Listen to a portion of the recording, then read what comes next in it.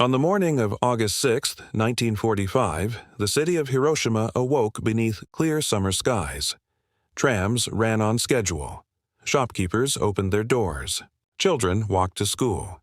Nothing in the air hinted that this day would divide history into before and after. At 8:15 a.m., high above the city, an American B-29 bomber named Enola Gay released a single object. It fell silently for 43 seconds.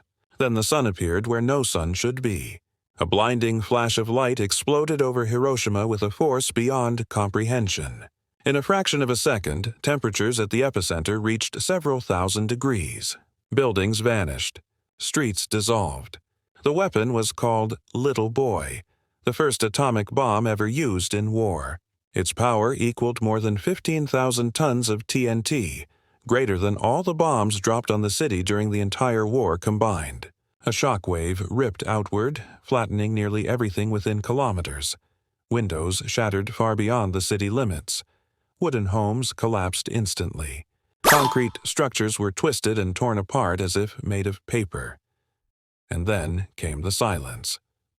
A towering mushroom cloud rose into the sky.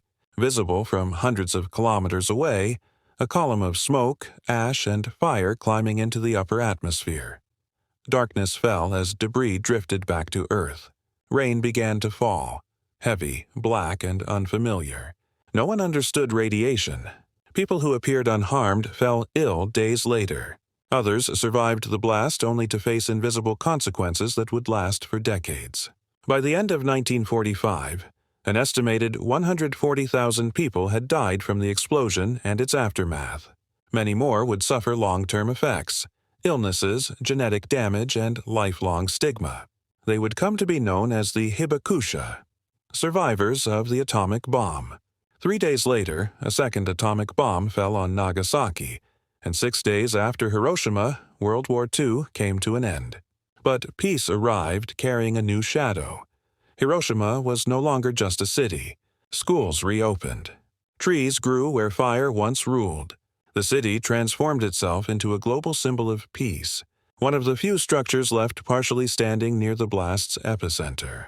It remains preserved exactly as it was, steel exposed, walls broken, frozen in time, not as a monument to destruction, but as a reminder that science without wisdom can become catastrophe, that power without restraint can erase cities in seconds, and that humanity now lives in an age where a single morning can change the destiny of the entire planet.